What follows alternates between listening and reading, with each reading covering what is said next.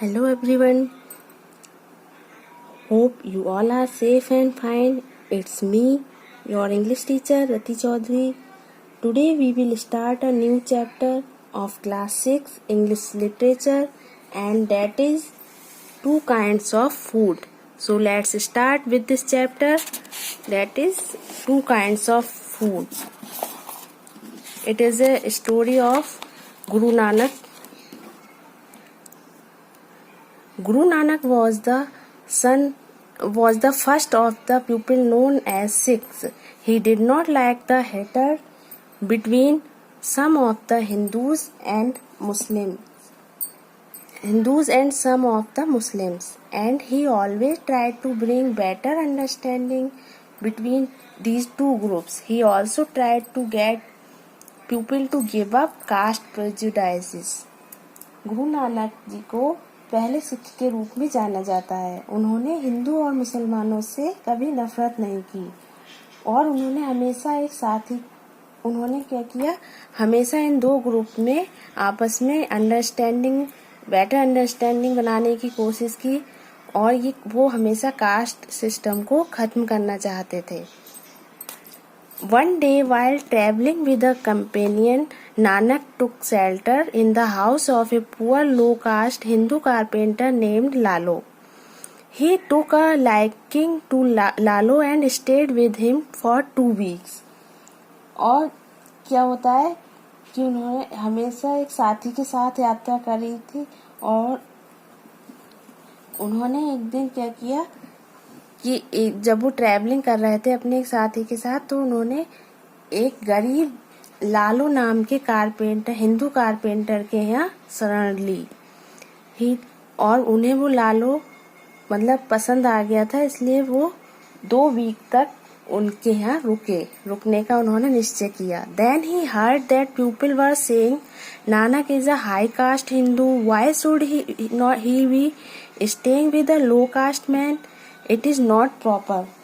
जब वो रहे 2 सप्ताह तक लालो के साथ रहे, तो उन्होंने लोगों को कहते सुना कि नानक एक उच्च जाति के हिंदू हैं, उन्हें नीची जाति के व्यक्ति के साथ वो क्यों रह रहे हैं, उन्हें नहीं रहना चाहिए और ये उचित नहीं है।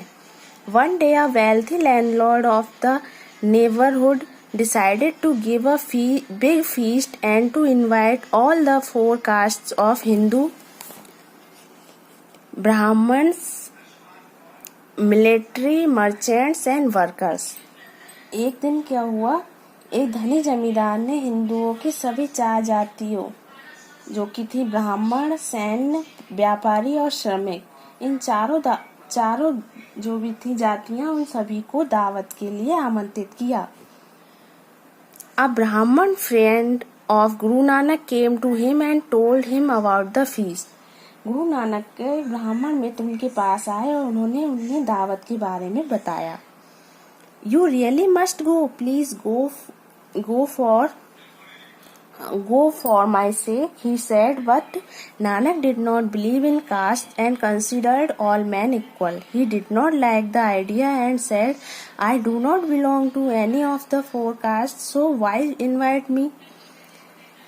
उन्होंने कहा, जो उनके मित्र थे ब्राह्मण, तो वो आए, उन्होंने दावत के बारे में बताया, तो उन्होंने कहा आपको दावत में वास्तव में जाना चाहिए और कृपया आप मेरी खातिर वहां जाएं। तब गुरु नानक जी ने कहा कि मैं 4 जातियों में से किसी से भी संबंधित नहीं हूँ, मैं इन 4 जातियों में से किसी से बिलोंग नहीं करता हूँ, मैं सभी जातियों को समान मानता हूँ, इसलिए मुझे आमंत्रित क्यों? मेरी नजर में तो सभी बराबर है, इसलिए आप मुझे आमंत्रित क्यों कर रहे हैं? said the Brahman, now I see why people talk about you. अब मैं समझ गया कि लोग आपके बारे में बातें क्यों बनाते हैं। Malik the landlord will be very displeased with you if you refuse his invitation, and he walked away. उसने कहा मलिक जो मेरा लैंडलॉर्ड है वो बहुत ज्यादा नाखुश होगा अगर वो ये सुनेगा कि आपने उनका इनविटेशन अस्वीकार कर दिया है, और वह ये कहता हुआ वहां से चला गया।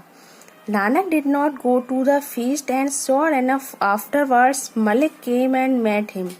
Why did you dishonor me by staying away? अब वो जो था मलिक, वो आता है, उसका जो लैंडलॉर्ड होता है वो खुद आए और बोले आपने यहाँ रुककर मेरी बात का उल्लंघन क्यों किया। तो वो नानक उन्हें आंसर देते हैं, well replied Nanak, I do not crave fine food, but if this offer offends you, then I will eat some of your food. But Malik was still not happy and accused Nanak of ignoring his own caste and eating and staying with Lalo, a low caste man. इस बात से भी तब उन्होंने उत्तर दिया, नानक बोलते हैं कि मैं बढ़िया भोजन की लालसा नहीं करता, मगर अगर तुम्हें इससे कुछ ठेस पहुंची है तो मैं तुम्हारे खाने में से कुछ ना कुछ जरूर खाऊंगा। लेकिन मलिक जो था वो अभी भी नाखुश था। वो नानक पर अपनी जाति को नजरअंदाज करने और नीची जाति के आदमी लालो के साथ खाने और रहने का ही आरोप लगा रहा था, है ना। वो कह रहा था कि आप लो कास्ट इंसान लालो के साथ रह सकते हो मगर मेरी दावत में नहीं आ सकते हो। Then give me my share of rich food from your banquet, said Nanak, and turning to Lalo, he asked him to bring him something from his stock of simple food. When both foods were set before Guru Nanak, he took Lalo's coarse food in his right hand and Malik's fine food in his left and squeezed them both. From Lalo's food, milk flowed out and from Malik's food, blood.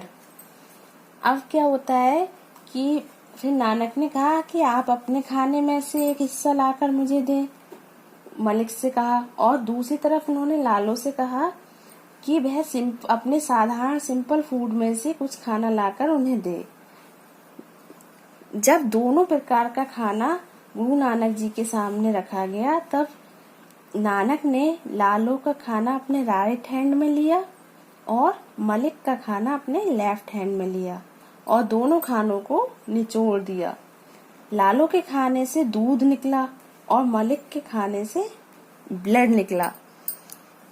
This was Nanak's way of showing that the landlord's food was got by the cruel bravery and oppression of the poor cultivators and so was impure, while Lalo's simple food had been earned by honest work and was pure. अब ये नानक का दिखाने का तरीका था कि जमींदार का खाना क्रूर रिश्वतखोरों से मिलकर बना है और गरीब किसानों के उत्पीड़न से मिलकर बना है, इसलिए वह अपवित्र था, जबकि लालो का साधारण भोजन ईमानदारी के द्वारा कमाया गया शुद्ध शाकाहारी भोजन था।